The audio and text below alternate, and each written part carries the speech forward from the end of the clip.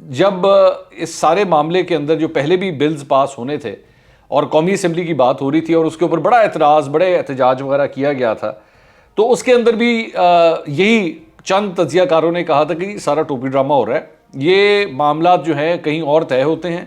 اور وہاں جہاں پہ پہلے ہی طے ہو چکے ہوئے ہیں کہ یہ بل تو ہر صورت پاس ہونا ہے، اس پہ شور و غل ہوگا، شور شرابہ کریں گے، میڈیا کے اندر بھی بیٹھ کے تقریریں وغیرہ بھی کریں گے، واک آؤٹ کر جائیں گے، سب کچھ اس طرح کی باتیں شاتیں ہوں گی، لیکن الٹیمیٹلی یہ بل پاس ہوگا، اور بل پاس ہو گیا، وہ ہونا ہی تھا۔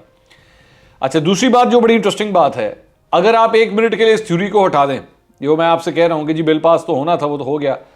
دلاور خان صاحب کا جو ایک گروپ ہے، جو 6 لوگوں کا گروپ ہے، جو ایکچولی اٹھ کے اپوزیشن کے ساتھ آ کے بیٹھا ہوا ہے اس وقت، وہ پہلے ٹریجری بینچز کے اوپر تھا لیکن اب آ کے اپوزیشن کے بینچز کے اوپر بیٹھا ہوا ہے، انہوں نے بھی جو ہے وہ حکومت کی حمایت کی ہے اور حکومت کے ساتھ ووٹ دیا ہے۔ اچھا، میں اس سلسلے میں ایک بڑی انٹرسٹنگ سٹوری جو ہے وہ میں آپ کے ساتھ شیئر کرنا چاہتا ہوں، اور وہ سٹوری ہے جناب آج سے چند ماہ پہلے کی، اور وہ بڑی انٹرسٹنگ ہے۔ ڈان کے اندر یہ خبر چھپی تھی، اور ڈان کے اندر یہ 22 نومبر کی یہ خبر ہے۔ اب آپ حیران ہوں گے کہ 22 نومبر کی خبر کا آج کے ساتھ کیا تعلق، میں آپ کو بتاتا ہوں۔ اس میں جناب بیسکلی یہ کہا گیا تھا کہ جناب یہ جو 6 لوگ ہیں، یہ جو دلاور خان صاحب کا جو گروپ ہے، یہ جو 6 لوگ ہیں، ان سے جو ہے وہ علیحدگی اختیار کی جائے، اور یہ پاکستان پیپلز پارٹی کے اپنے لوگ کہہ رہے تھے، یہ انہوں نے خود کہا۔ اس پوری سٹوری کے اندر جا کے یہی بات جو ہے وہ جا کے سامنے آتی ہے۔ یہ 2018 کے اندر یہ 6 لوگ جو ہیں یہ الیکٹ ہوئے تھے۔ دلاور خان صاحب جو ہیں، یہ میں آپ کو بتا دوں، مطلب بڑی مالدار پارٹی ہیں، اور ان کے حوالے سے ابھی جب اپوزیشن لیڈر الیکٹ ہونا تھا سینٹ کے اندر، تو ویسے تو اعظم نذیر تارڑ صاحب جو ہیں وہ مسلم لیگ نون نے ان کو نامنیٹ کیا ہوا تھا، لیکن یہ دلاور خان صاحب کے گروپ کی وجہ سے، ان کی حمایت میں ان کے ساتھ مل کے یوسف رضا گیلانی صاحب اپوزیشن لیڈر بن گئے تھے۔ یہ ان کے دلاور خان صاحب کے گروپ کی وجہ سے ہوا تھا۔ تو یہ بیٹھتے اپوزیشن بینچز پہ ہے لیکن کام یہ حکومت والے کرتے ہیں۔ تو یوسف رضا گیلانی صاحب بھی جب اپوزیشن لیڈر بنے تھے سینٹ کے اندر، تو اس وقت مسلم لیگ نون نے بھی اس وقت یہ انگلیاں اٹھائی تھی کہ جناب یوسف رضا گیلانی جو اپوزیشن لیڈر بنے ہیں، وہ بنے بھی ٹریجری بینچز کے لوگوں کی وجہ سے ہیں، یہ انہوں نے ان کو اپوزیشن لیڈر بنوایا ہے۔ اور جب وہ یہ بات کہتے تو ایکچولی اشارہ ان کا جو ہے وہ دلاور خان کے 6 لوگوں کے گروپ کی طرف ہوتا تھا کہ بھائی یہ وہاں سے اٹھ کے ادھر آئے ہیں اور یہاں آ کے جو ہے وہ بیٹھ کے اپنا اپوزیشن لیڈر جو ہے چنوا دیا، ٹھیک ہے۔ لیکن میں اس کو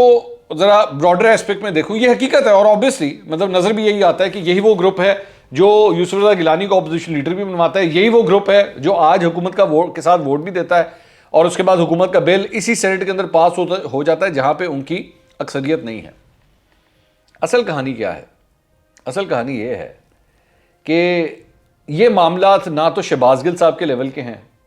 اور نہ تو یوسف رضا گیلانی کے لیول کے ہیں، یہ ان کے لیول سے بھی اوپر کی کہانی ہے۔ اور جب وہاں سے فیصلہ ہو جائے نا کہ بھائی یہ بل پاس کرنا ہے، یہ بل پاس ہونا ہے، تو کیا یوسف رضا گیلانی صاحب، تو کیا شہباز گل، تو کیا فواد چودھری، تو کیا فاروق حبیب،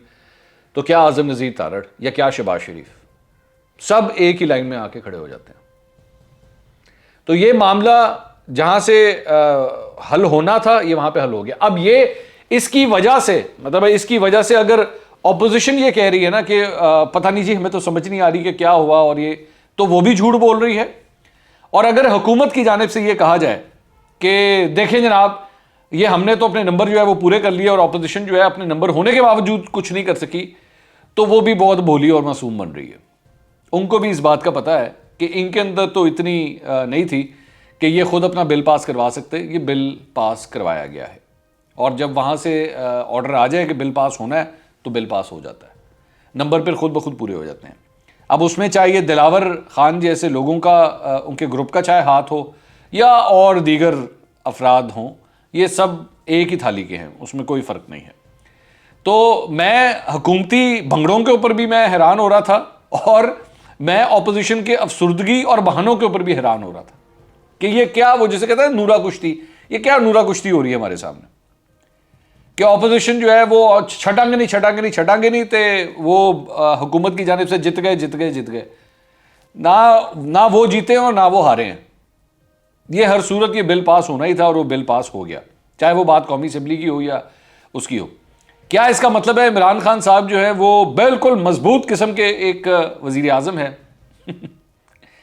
یہ جس دن فیصلہ ہونا ہوگا نا کہ جی عمران خان صاحب اب گھنٹی بج گئی ہے، تو پھر عمران خان صاحب، یہ کیا دلاور خان گروپ، تو کیا یوسف رضا گیلانی صاحب، جنہوں نے آنا ہوگا نا آپ کی آنکھوں کے سامنے، اگر تو ہونا ہوا آپ کی آنکھوں کے سامنے آپ کی اپنی پارٹی سے لوگ اٹھ کے آپ کے خلاف ووٹ دیں گے، اور آپ کو سمجھ نہیں آئے گی ہویا کی میں نال، یہ بندہ تو ابھی 24 گھنٹے پہلے جو ہے وہ میرے ساتھ کھڑا ہوا تھا اور یہ اب میرے ہی خلاف ووٹ دے رہا ہے۔ بالکل اسی طرح جب صادق سنجرانی کے خلاف جو ہے وہ تحریک عدم اعتماد جمع کروائی گئی تھی، تو جب اس کے موشن کے لیے لوگ کھڑے ہوئے تو ان کی تعداد پوری تھی، اور جب ایکچول ووٹنگ ہوئی تو بیچ میں سے بندے غائب ہو گئے۔ یہ ہوتا ہے پاکستانی سیاست میں۔ تو اس لیے آپ کا کسی بھی جماعت سے اگر تعلق ہے تو حیران مت ہوئیے، پریشان مت ہوئیے، پاکستانی سیاست اسی طرح ہی ہے۔ یہاں پہ جتنے گہرے مراسم موجودہ حکمران کے ہوتے ہیں اتنے ہی گہرے مراسم موجودہ اپوزیشن کے بھی ہوتے ہیں، اور دونوں اپنے ان تعلقات کو قائم کرنے کے لیے ہر فون کال سننے کے لیے بھی تیار ہوتے ہیں اور اس پہ عمل درآمد کرنے کے لیے بھی تیار ہوتے ہیں۔ تو حیران نہیں ہونا، پریشان نہیں ہونا، بس صرف تماشا دیکھیے بیٹھ کے۔ اگلے ویلاگ میں دوبارہ ملاقات ہوگی۔ اللہ حافظ۔